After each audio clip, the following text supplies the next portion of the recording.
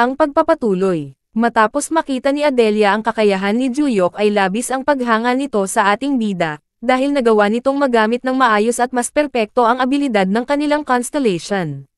Dahil bagamat isa itong mana na nag-anyo bilang lason ay nakadepende pa rin ang lakas at bisa nito sa gumagamit dito, at ang isang average na contractor ay magagawa lamang na pabagsakin ang kalaban ngunit hindi agad ito mamamatay sa pamamagitan lamang ng isang atake. Maging si Adelia ay aminadong hindi niya ito kayang gawin kaya't labis na lamang ang kanyang paghanga sa binata, dahil kahit pansamantala lamang itong gumawa ng kontrata sa kanilang constellation ay nagawa pa rin itong gamitin ang buong abilidad nito. Matapos nito ay nagpadala ng mensahe si Dummy at ipinaliwanag na ang kanyang master ang tumulong sa kanya upang paunlarin ang kanyang abilidad, kaya't natural lamang na walang sinuman sa kanilang mga contractor ang makakagamit ng buo nitong potensyal. Nang marinig ni Adelia ang mga sinabi ng constellation ay napagpasyahan nito na humingi ng pabor sa ating bida, at ito ay nais niyang mas matuto sa pamamagitan ng pagtuturo sa kanya ni Juyok. Sa kabilang banda, matapos ang pag-atake ng mga bangkay ay kaagad na ipinag-utos ni Lania sa kanyang mga kasama na tulungan ang mga nasugatan, subalit labis ang kanyang pagtataka kung saan nagmula ang mga halimaw dahil wala namang malapit na labyrinth sa naturang lugar. At ang lubos na bumabagabag sa kanya ay bigla na lamang naglaho ang mga ito matapos magpakita ni Juyok, dahil bago dumating ang ating bida ay nahirapan siyang harapin ang mga ito. Sapagkat kahit gaano pa man karami ang kanyang mapabagsak ay patuloy pa rin sa pagdami ang mga bangkay, sinabayan pa ito ng kanyang abilidad na superluminal fists na hindi epektibo sa pangmaramihang kalaban. Sa kabila ng pagkawala ng pag-asa ay bigla na lamang lumitaw ang isang estudyante na labis ipinagtaka ng babae, kaya't dahil dito ay agad niya itong sinigawan upang umalis. Subalit tila walang narinig ang ating bida at mabilis na itinarak ang dala nitong sandata sa lupa na naging sanhi ng pagkalusaw ng mga halimaw. Nang unang makita ni Lania ang binata ay hindi niya ito nakilala hanggang sa napagtanto niya na ito ay si Juyok Kim na pinag-uusapan ng lahat. Ngunit ang lubos niyang ipinagtataka ay paano nito nagawang ubusin ang mga bangkay sa pamamagitan lamang ng isang atake. Habang abala sa pag-iisip ang babae ay dumating si Logan at ipinaalam dito na maayos na ang sitwasyon sa loob ng stadium sa tulong ng mga taga-Valhalla. Sa kabila ng mga sinabi ni Logan ay napatanong ang babae na posible bang si Juyok Kim ang sinasabi nitong partisipanteng nais niyang makita sa kompetisyon, na sinang-ayunan naman ng The One. Ipinaliwanag ni Lania dito na ang ating bida ang tumapos sa kaguluhan matapos nitong itusok ang dala nitong sandata sa lupa dahilan sa pagkalusaw ng mga halimaw. Dahil sa mga narinig ay napaisip si Logan kung isa ba ito sa mga abilidad ng Ruler of the Other Side, hanggang sa naalala niya ang pakiusap sa kanya ng pusa na kung maaari ay panatilihin nitong lihim ang abilidad ng kanyang constellation. Dahil dito ay wala nang sinabi ang The One sa babae at tinanong na lamang ito kung saan nagtungo si Juyok, winika ni Lania na hindi niya alam, dahil dito ay labis ang panghihinayang ni Logan dahil nais niya itong makausap. Kasabay nito ay nagpaalam na ang The One upang pumasok sa loob upang kausapin si Beck, ngunit pinigilan siya ng babae at iminungkahi na imbestigahan nila si Juyok kung may kaugnayan ba ito sa mga halimaw. Ngunit seryosong sinabi ng The One na huwag na nito pakialaman ang binata dahil maaari niya itong ikamatay, dahil sa narinig ay labis ang pagkabigla ni Lania at hindi niya maintindihan kung ano ang ibig sabihin nito. Sa kabilang banda, ibinalita ni Bang sa kanyang mga kasama ang pagkamatay ni Hwacha, dahil dito ay nababahala na ang isda dahil kagaya ng Crimson Ghost ay mabilis lamang ito natalo. At kapag nagpatuloy ito ay maaaring mabulilyaso ang kanilang mga plano, subalit sinabi ng dalawa pa nilang kasama na nangyari lamang ito dahil gumawa ang mga iyon ng mga sarili nilang lakad, at sabay wikang ipaubaya na nila sa kanila ito at sila na ang bahala sa lahat. Sa kabilang banda, dahil sa nangyaring kaguluhan ay napagpasyahan ng paaralan na kanselahin na muna ang kompetisyon, dahilan upang labis na ikadismaya ni Erin, sapagkat nasayang lamang ang pagpunta nila sa Amerika na wala man lang ginawa. Hindi naman sinang-ayunan ito ni Juyok dahil para sa kanya ay hindi nasayang ang pagpunta nila dito, sabay tanong nito sa dalaga kung ano ang naging sitwasyon nila sa loob ng stadium matapos niyang iwan ang mga ito.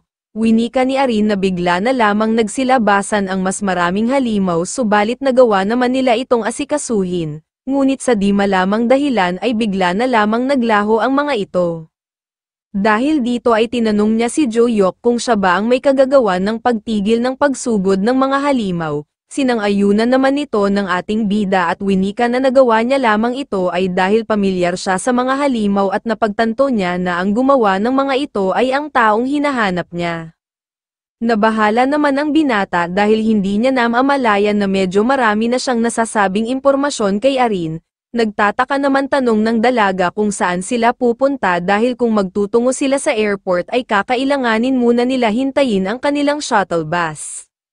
Napagtanto naman ni Jo-yok na matatagalan sila sa pagbalik sa Korea, kaya't kaagad niyang ipinaalam sa dalaga na may alam siyang mabilis na daan upang makabalik kaagad. Dagdag pa nito na mabuti na lamang ay nakahingi na siya ng permiso kay Black Cat na maaari niyang ipaalam sa special class student ang patungkol sa sikretong daanan sa market. Matapos nito ay kaagad na naglakad ang dalawa upang hanapin ang sikretong lagusan at natitiyak ni Jo-yok na makikita nila ito. Nang matagpuan nila ang isang pinto ay kaagad na silang pumasok sa loob. Dahil ito ang unang beses ni Arin makapasok dito ay nagtataka siya kung ano ang gagawin nila sa isang lumang warehouse. Tumugon naman ang ating bida at kaagad na ipinaliwanag na hindi sila pumunta dito para lamang sa isang lumang warehouse. Naalala naman ni Jo-yok ang pag-uusap nila ni Black Cat at tinanong niya dito kung may access ba ang market sa iba't ibang bansa. Kinumpirma naman ito ng pusa at winikang mayroong entrance patungo sa market at nakakalat ito sa buong mundo. Tanong pa ng ating bida sa pusa kung maaari ba nilang gamitin ang entrance katulad ng isang portal upang mabilis na makapaglakbay. Winika ni Black Cat na posible ito subalit ang distansya ng bawat entrance ay masyadong malayo kaya't malabo silang dumaretso sa nais niyang puntahang bansa. Iminungkahi ng pusa na kapag dumating sila sa market ay kaagad silang magtungo sa ikapitong area ng Central Tower at kaagad nitong hanapin ang exit na nakakonekta sa bansang nais nitong puntahan. Dagdag pa ng pusa sa ating bida na hindi magkakaroon ng problema kung sakali mang gamitin ng special class ang market sa kanilang paglalakbay, dahil ang gagamitin nilang daan ay ang sikretong daanan sa tower kaya't hindi mababahala ang mga patron sa market. Wika pa ng pusa na kung sakaling nais rin ni Jo-yok na kaagad makapunta sa kanya ay maaari rin niyang gamitin ang tower dahil direktang nakakonekta ito sa kanyang opisina. Matapos ang pag-alala ng ating bida sa pag-uusap nila ni Black Cat ay kaagad niyang niyaya si Arin upang pumasok na sa loob, at tumambad sa kanila ang isang nagliliwanag na buwan na patunay na nasa loob na sila ng market. Ilang sandali lamang ay mabilis na rin nakarating ang dalawa sa Valhalla. At kaagad nang pinauna ni Jo-yok si Arin sa kanyang dormitoryo dahil magtutungo pa siya sa opisina ni Black Cat upang mag-report patungkol sa mga nangyari. Sa pag-alis ng dalaga ay kaagad na inilabas ni Jo-yok ang kanyang singsing at masaya niyang naiisip na kasama ang boss sa unang palapag ay may suma total na siyang 3 pangalan, at hindi na siya makapaghintay kung gaano na kaya ang inilakas niya matapos i-absorb ang mga ito. Subalit napagpasyahan niyang mamaya na lamang niya ito aalamin dahil nais niya munang kitain si Black Cat upang mag-ulat sa mga nangyari. Matapos nito ay kaagad na pumasok si Jo-yok sa opisina ng pusa. At tumambad sa kanyang harapan si Adelia Bentrick na nakayuko upang bumati sa kanya at sa kanyang tabi ay si Black Cat na binabati rin siya dahil sa magandang pinakita nito sa kompetisyon. Nagtataka namang tinanong ni Jo-yok si Adelia kung ano ang ginagawa nito sa opisina ng pusa. Nahihiya namang sinabi ni Adelia na naparito siya upang humingi ng isang pabor sa binata. Winika ng ating bida na hindi naman ito kailangan yumuko kaya't kaagad niya itong pinatunghay at tinanong kung ano ang nais nitong hingiin na pabor sa kanya. Hindi naman nagdalawang isip ang babae at kaagad niyang sinabi kay Jo-yok na nais niya sanang maging estudyante siya ng ating bida. Nagtataka namang tanong ni Jo-yok dito na bakit biglaan na lamang itong nagdesisyon na maging estudyante niya. Mabilis naman ipinaliwanag ni Adelia na pinanunood nila ang binata sa simula pa lamang ng kompetisyon at nakita nila ang ginawa nitong pagtalo sa mga halimaw at kay Huacho. Kaagad naman sinabi ng ating bida kay Black Cat kung siya na naman ba ang may pasimuno nito. Nais pa sanang ipaliwanag ng pusa na ang unang nangyaring pagsilip sa ginawa nitong laban sa Crimson Ghost ay kagagawa ng kanya ng Constellation subalit mabilis na nagpadala ng mensahe ang ruler of the other side kaya't natigilan ito sa kanyang sasabihin. Winika ng Constellation na kapag sinubukan niyang ilaglag siya kay Joyok ay sisiguraduhin niyang dudurugin niya ang mga buto nito. Tinanong ng ating bida ang pusa kung may sasabihin ba ito, itinanggi naman ito ni Black Cat dahil sa takot sa Constellation at maging si Adelia ay kaagad siyang pinatigil dahil nakita nito ang ipinadalang mensahe sa pusa ng ruler of the other side. Nagsalita naman si Adelia at sinabi sa ating bida na labis ang kanyang pagkamangha nang nakita niyang ginamit ni Joyok ang poison ability ng kanyang Constellation upang tapusin ang mga halimaw, kaya't hindi na niya sinayang ang pagkakataon upang hingin ang tulong ng ating bida at mabilis na yumuko kay Joyok sabay wikang nais niyang matuto dito katulad ng paggamit ng binata sa poison ng kanilang Constellation. Dahil sa narinig ay napakamot na lamang sa ulo si Joyok at sinabing ng una ay ang pusa at ngayon naman ay si Adelia. Paliwanag ng ating bida sa dalawa ay wala siyang maituturo sa mga ito. Dahil sa oras na gumawa sila ng kontrata sa kanilang Constellation ay kaagad nilang matututunan ang abilidad nito. Sa madaling salita ay kung paano nila ito gamitin ay parehas lamang ang ginagawa niya.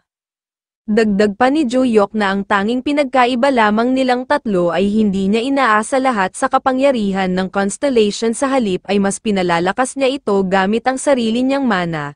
Napansin niya sa mga kabataan ngayon ay pinapataas lamang nila ang kanilang mana capacity nang hindi man lang alam ito kontrolin kaya't nahihirapan ang mga ito. Sambit pa ng binata kay Adelia na kahit turuan niya ito ngayon ay siguradong mahihirapan ito dahil sa kakulangan nito pagdating sa stamina. Winika naman ng dalawa na kung ang stamina lamang ang kanilang problema ay bakit hindi nito sila turuan upang mas palakasin pa ito. Napakamot na lamang sa ulo ang ating bida bagamat wala siyang oras para sa mga ganitong bagay ay sumang-ayon na lang ito dahil mga contractor naman ito ng kanyang mga disciple. Sinabi ni Joyok sa dalawa na kailangan muna nilang palakasin ang kanilang stamina kaya't pumunta ang mga ito sa training room kinabukasan upang makapagsimula na sila. Sumangayon naman ang dalawa at kaagad na nagpasalamat sa ating bida. Pahabol pa ni Joyok na nais niyang makausap si Black Cat patungkol sa Heroes Academy. Nagsalita naman si Varche sa isipan ng ating bida kung tungkol ba ito sa sinasabi niyang pamilyar na aura na nararamdaman niya sa loob ng naturang gusali. Sinang-ayunan naman ito ni Joyok at ito ay dahil matapos niyang paslangin si Hwacha ay kaagad na silang umalis kaya't hindi na siya nagkaroon ng pagkakataon upang tignan ito. Subalit naisip ng ating bida na sa susunod ay sisiguraduhin niyang makikita niya ito kahit ano pa man ang mangyari. Sa kabilang banda sa USA Contractor Association. Makikitang abala si Logan sa pagbabasa sa mga impormasyon patungkol sa ating bida. Napapatanong ito sa kanyang sarili kung sino ba talaga si Joyok dahil nag-hire na siya ng pinakamahusay na private intel agency ay wala pa rin silang makalap na bagong impormasyon patungkol sa binata. Maliban sa nalaman nila na nagmula ito sa isang ampunan ay wala na silang ibang hawak na impormasyon dito. Hindi siya kumbinsido na hindi basta-basta na super rookie ang ating bida at naniniwala siya na walang dahilan kung bakit pinoprotektahan ni Black Cat at ng Constellation nito ang isang estudyante na hindi man lang alam ang pinagmulan. At ang labis niyang ipinagtataka ay tila ba kilalang kilala ng ruler of the other side ang kanyang Constellation, maging ang kanyang Constellation ay wala rin maayos na paliwanag patungkol dito. Naalala ni Logan ang pag-uusap nila ng kanyang Constellation at tinanong niya ito kung kilala ba niya ang ruler of the other side dahil mukhang kilala siya nito. Sinang-ayunan naman ito ng Constellation at babala nito sa The One na mag-ingat sa ruler of the other side dahil panatiko ito ng martial arts god sect. Nagulat naman si Logan sa mga winika ng kanyang Constellation dahil wala siyang ideya kung ano ang ibig nitong sabihin. Matapos marinig ni Logan ang patungkol sa martial arts god sect ay kaagad niya itong pinaimbestigahan subalit wala man lang silang nakuhang impormasyon tungkol dito. Napagtanto ng The One na sa tuwing naghahalongkat sila sa buhay ni Joyok ay mas dumarami lamang ang kanyang mga katanungan kaya't hindi na niya alam kung ano pa ang kanyang gagawin. Nang bigla na lamang nagulat si Logan nang may magsalita at nagtanong sa kanya kung ang lugar ba na ito ay ang Contractor Association, at tumambad sa kanyang harapan ang isang halimaw na may dalang pamalo habang nagpapalabas ng isang kulay lilang aura. Nagtatakang tinanong ni Logan ang lalaki kung sino ito at kung ano ang ginagawa nito sa kanyang opisina. Namangha naman ang halimaw dahil kalmado lamang si Logan kahit nasa harapan na siya nito. Kaya't mabilis na sumugod si Bakegui sa The One upang magpakawala ng isang atake dahil inaasahan niya nang hindi ito mababahala sa kanya sapagkat ito ang nangunguna sa ranggo ng mga contractor. Ngunit sa kabila ng biglaang pag-atake ng halimaw ay matagumpay itong nasalag ni Logan. Bagamat nasalag ito ng The One ay hindi maikakailang may taglay itong lakas na nagresulta ng pagtalsik niya sa kanyang kinatatayuan. Napagtanto ni Logan na ang halimaw na kaharap niya ay maaaring kasamahan ng Crimson Ghost na naunang umatake sa kanilang paaralan. Kaya't kaagad siyang nagseryoso at nagpalabas ng isang mana aura sa kanyang kamao dahil alam niya sa kanyang sarili na hindi niya maaaring maliitin ang halimaw na nasa kanyang harapan.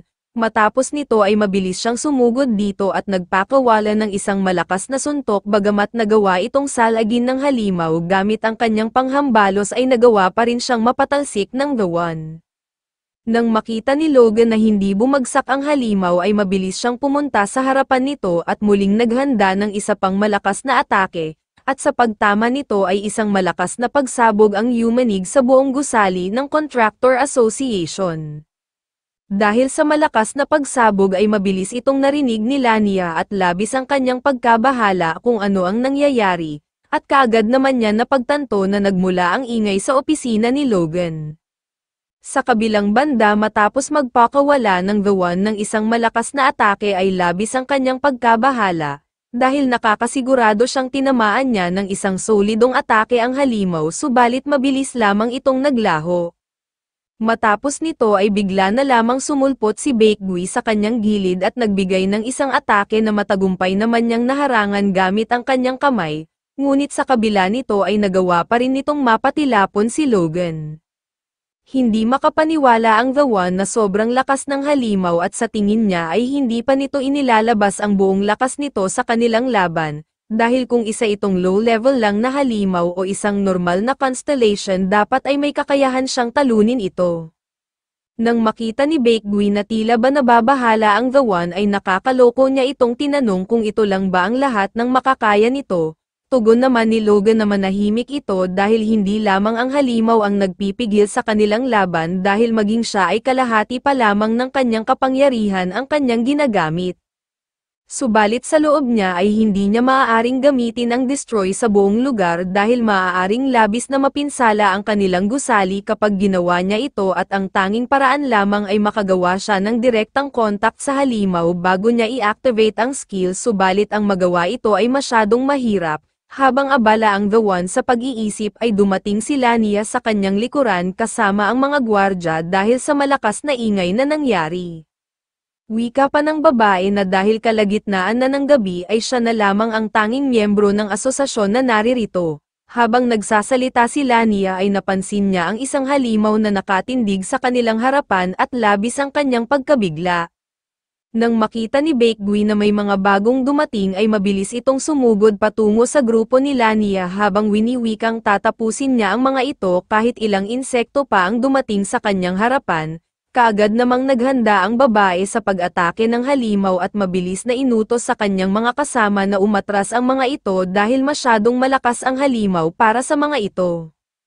Matapos nito ay ginamit niya ang kanyang skill na bullet strikes na mabilis lamang iniwasan ni Bakegui at hindi man lang ito nagawang tamaan. Nang makita ito ay labis ang kanyang pagkabigla dahil sinigurado niyang ipinatama niya ang mga ito kung saan magtutungo ang halimaw. Nang makalapit ito sa kanya ay hindi pa rin siya nawalan ng pag-asa at muli niya itong sinubukan. Ngunit sa pangalawang pagkakataon ay bago pa man tumama ang kanyang pag-atake ay bigla na lamang nawala si Bakegui sa kanyang harapan. Hindi makapaniwala si Lania sa nangyayari at napapatanong ito sa kanyang sarili kung ano ang nangyari. Habang nasa pagkagulantang pa ang babae ay sa hindi inaasahang pangyayari ay nasa kanyang gilid na ang halimaw at handa nang magpakawala ng isang atake. Subalit bago pa man ito tumama sa babae ay mabilis na pumunta si Logan sa kanyang harapan at buong lakas na sinalag ang atake ni Bakegui, habang nagpapalabas ng isang mana aura sa kanyang kamao ay ipinaliwanag ni Logan kay Lania kung ano ang nangyayari. Winika ng gawan na ang mga inatake kanina ng babae ay isa lamang ilusyon at matatagpuan lamang niya ang tunay na katawan ng halimaw sa tuwing gagawa na ito ng isang atake. Nang marinig ito ni Baekgui ay kaagad siyang umatras at napagpasyahang magtago muna sa kanyang mga ilusyon at maghihintay na lamang ng pagkakataon upang umatake. Ngunit bago pa man niya ito magawa ay nakaisip na si Logan ng paraan upang hindi ito makalayo sa kanya at madiin na tinapakan ang kanyang isang paa, matapos nito ay kaagad na nag-ipon ang gawan ng isang mana aura sa kanyang kamao upang tapusin na ang halimaw. Labis naman ang nerbiyos ng halimaw nang makita na papalapit na ang suntok ni Logan dahil alam niya sa kanyang sarili na may kalalagyan siya kapag tinamaan siya ng suntok nito. Subalit bago pa man tumama ang atake ng gawan ay bigla na lamang itong napahinto. Hindi makapaniwala si Logan sa nangyari at bigla na lamang hindi na niya magawang may galaw ang kanyang buong katawan, matapos nito ay lumabas si Baekgui at winika sa kanyang kasama na kahit mahina ang kanyang mga kalaban ay hindi dapat ito nagpapabeya at kung hindi dahil sa kanya ay maaaring magtamo pa ito ng isang malaking pinsala. Nang makita ni Logan at Lania ang isa pang pagdating ng halimaw ay labis ang kanilang pagkabahala dahil mayroon pa palang nagtatagong isang halimaw nang hindi nila nalalaman, winika ni Baekgui sa kanilang kasama na sino sa dalawa ang kanilang uunahin. Kasabay nito ay pinahinto na rin niya ang paggalaw ni Lania upang hindi na ito makapalagpas sa kanila. Habang nag-iisip si Baekgui kung sino sa dalawa ang uunahin ay bigla na lamang lumabas ang ating bida at mabilis na hinati si Baekgui sa dalawa habang winiwikang ito ang unang nais niyang tapusin. Matapos mahati ni Jo Hyuk si Baekgui sa dalawa na nahimik ang buong opisina ng Contractor Association, ang halimaw na may kakayahang gawing mistulang bato sina Logan at Lania ay saglit lamang trinabaho ng ating bida. Winika ni Jo Hyuk kay Baekgui na sasakit lamang ang ulo niya kapag pinagsabay niya ang dalawa kaya't napagpasyahan niya na unahin si Baekgui kagaya ng ginawa niya dati sabay sambit nito sa pangalan ng halimaw. Nang marinig ito ay labis ang kaba ni Baekgui at tila wala itong ideya kung ano ang pinapahiwatig ng ating bida. Nagtataka nitong tinanong si Jo Hyuk kung paano nito nalaman ang kanyang pangalan at kung ang sinasabi ba nito ay minsan na silang naglaban at napaslang pa siya nito. Subalit bago pa man makasagot si Jo Hyuk sa tanong ng halimaw ay kaagad na lumapit sa kanya si Logan upang magpakilala at saad pa nito na hindi niya alam kung paano napadpad ang binata sa Contractor Association ngunit labis ang kanyang pasasalamat dahil sa pagdating nito.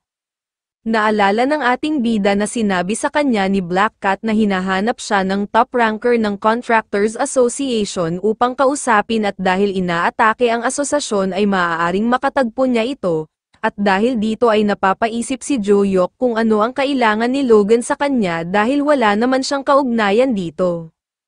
Nang makita ni Baekgui na tila binabalewala lamang siya ng ating bida ay napagpasyahan niyang atakihin ang mga ito gamit ang kanyang sandata. Subalit mabilis na naalerto ang dalawa at matagumpay nila itong naiwasan. Kasabay ng pag-iwas ay nababahalang nagtanong si Logan kay Jo Hyuk kung may plano ba ito kung paano talunin si Baekgui dahil sa nakikita niya ay pamilyar ang binata sa halimaw. Napaisip naman ang ating bida dahil sa pagkakaalala niya ay kailangan nila makagawa ng isang counter-attack at mabilis itong mapatay bago pa man ito makapag-cast ng isang ilusyon.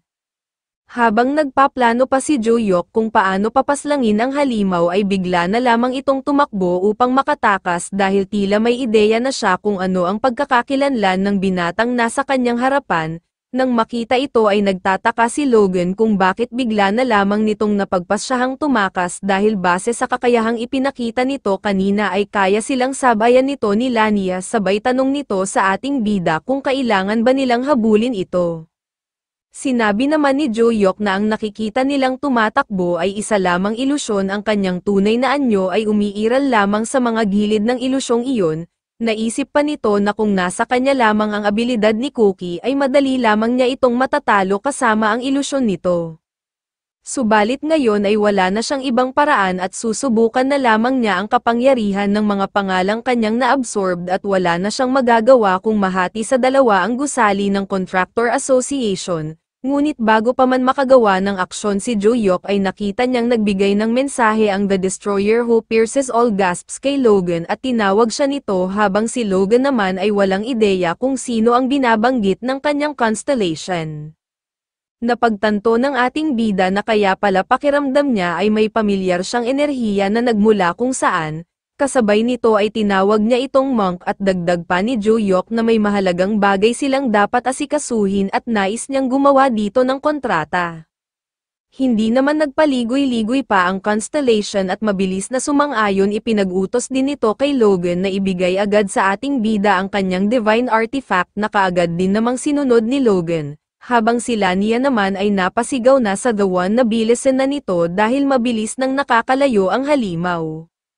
Makikita naman si Bakegui na matuling tumatakas at halos nakalabas na ito ng gusali ng Contractor Association. Nang makuha ni Logan ang Divine Artifact ay kaagad niya itong binigay sa ating bida. Nang makuha ito ni Joyok ay kaagad niya itong sinuot at mabilis na naghanda upang habulin ang tumatakas na halimaw. Habang tumatakas naman si Bakegui ay naisip niyang ang martial arts god ang pumaslang sa Crimson Ghost at kay Huacho bagamat nasa katawan ito ng isang estudyante ay nakakasigurado siyang ang martial arts god ito dahil sa inilalabas nitong mana. Kaya't kinakailangan niyang makatakas dito upang ipaalam sa kanyang mga kasama na nagbalik na ang mortal nilang kalaban. Subalit bago pa man siya makalayo ng tuluyan ay wala siyang kamalay-malay na nasa likuran na niya ang ating bida at handa nang magbigay ng isang malakas na atake. Nang matapos si Joyok sa pag-iipon ng mana ay kaagad niya itong pinakawalan patungo kay Bakegui dahilan upang direkta itong tamaan at lumikha ito ng isang malakas na pagsabog. Dahil sa lakas ng atake ay halos maluto ang halimaw dahilan rin upang mawalan ito ng buhay. Sa gusali naman ng asosasyon ay nakatayo si Lania at Logan at labis ang kanilang pagkamangha sa binata, at naitanong ni Lania sa The One kung ganun ba talaga kalakas ang kapangyarihan ng kanyang constellation. Itinanggi naman ito ni Logan dahil kahit siya ay hindi kayang gumawa ng malaking pagkawasak gamit lamang ang isang normal na pagsuntok. Subalit hindi niya maikakailang naramdaman niya ang mana ng kanyang constellation sa ginawang atake ng ating bida kaya't labis ang kanyang pagtataka kung paano nagawang gamitin ni Joyok ng buong lakas ang abilidad ng kanyang constellation. Habang tinitignan si Joyok ay nasabi niya sa babae na sa tuwing nagpapakita ng kamanghamanghang talento ang binata ay mas ninanais pa niya itong mas makilala. Matapos ang labanan ay dumating na ang mga ambulansya at kapulisan sa Contractor Association. Makikita naman si Logan na abalang ginagamot dahil sa mga natamo niyang pinsala at si Lania naman ay ipinapaliwanag na sa kapulisan ang mga nangyari. Kasabay nito ay nagpaalam na ang ating bida kay Logan upang umuwi dahil tapos na siya sa dapat asikasuhin sa naturang lugar. Seryoso naman itong tinanong ni Logan na kung nagpunta lang ba talaga ito upang paslangin ang mga halimaw. Napakamot na lang ng ulo ang binata at sa isip-isip niya ay siguradong pupuntahan na naman siya nito sa Valhalla kapag basta-basta na lang siyang aalis nang hindi sinasagot ang mga tanong nito. Subalit napagtanto ng ating bida na malaking tulong din sa kanya si Logan sa hinaharap dahil isa itong top-ranked contractor sa association. Kaya't sinabi niya sa The One na sa ngayon ay magpapahinga muna siya at sa susunod na lamang ipapaliwanag ang mga bagay-bagay at sinisigurado niya dito na pupuntahan niya ito sa Heroes Academy upang mabigyang linaw ang mga katanungan nito. Naguluhan naman si Logan sa kilos ng binata at nagtataka ito bakit tila naging casual ang pagsasalita nito sa kanya. Saad pa ng ating bida na mapalad ito dahil contractor ito ng monk at sisiguraduhin niya na bibigyan niya ito ng oras sa susunod, habang papaalis na si Joyok ay nais pa sana siyang pigilan ni Logan, subalit nagpadala sa kanya ng mensahe ang The Destroyer na hayaan na niya itong umalis at dapat sa susunod ay magbigay ito ng respeto sa ating bida. Bagamat nagtataka ay sumang-ayon na lamang si Logan sa kanyang constellation habang sa likuran naman niya ay si Lania na papalapit sa kanya. Sinabi nito sa The One na bigla na lamang naglaho ang katawan ng halimaw at hindi na nila ito makita. Tugon naman ni Logan na kung hindi nila ito mahanap ay maaaring naging abo na ito.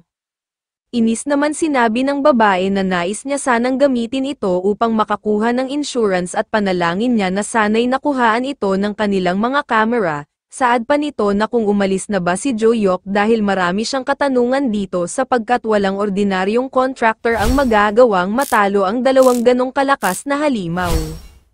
Malumanay naman siyang sinagot ni Logan at winikang hindi niya alam kung saan ito nagpunta subalit sa tingin niya ay hindi na magtatagal ay lubos na nilang makikilala ang pagkakakilanlan ng ating bida. Sa kabilang banda habang naglalakad si Joyok sa isang kagubatan ay tinanong niya si Varche kung posible bang sa monghe ang manang nararamdaman nila sa Heroes Academy. Ngunit sinabi ni Varche na naiiba ang manang naramdaman nila sa naturang paaralan. Nang marinig ito ay nakahinga ng maluwag si Joyok dahil masasayang lamang ang pagbalik nila sa Heroes Academy sa susunod kung sa monghe lang pala ang manang hinahanap nila. Nanghihinayang naman ang ating bida na ang constellation ni Logan ay natuto sa kanya ngunit hindi naman niya ito teknikal na disciple. Kasabay nito ay napabuntong hininga na lamang si Joyok at winikang kamusta na kaya ang kanyang disciple na si Scaredy. Nang bigla na lamang may isang lalaking nakasuot ng maskara ang lumabas sa harapan ng ating bida na labis niyang ikinagulat. Kaagad itong lumuhad sa harap ni Joyok at tinawag siya nitong pinuno at sabay nagpakilalang isa siya sa miyembro ng The Teaching One.